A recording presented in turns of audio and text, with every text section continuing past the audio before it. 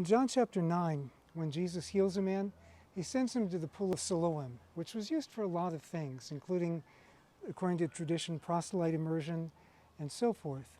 But in particular, it was used during the Feast of Tabernacles when priests would come here and they would gather up water and they would march from here up to the temple and they would pour out the water at the base of the altar, because it was believed that someday on the Feast of Tabernacles, on the last day of the festival, the Messiah would come, the end time would come.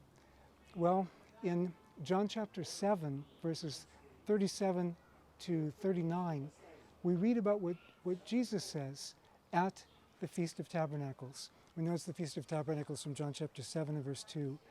In verses 37 and 38, Jesus says that on the last day of the Feast of Tabernacles, let whoever wills come to him and drink.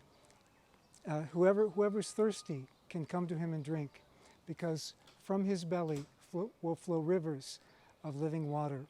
Well, he says, as it is written. As it is written refers back to two texts in the Old Testament which were read on the last day of the Feast of Tabernacles. These were Ezekiel 47 and Zechariah 14. And in these passages, it speaks of rivers of living water, fresh flowing water, going forth from the temple, from Jerusalem, and it would bring life to the whole earth.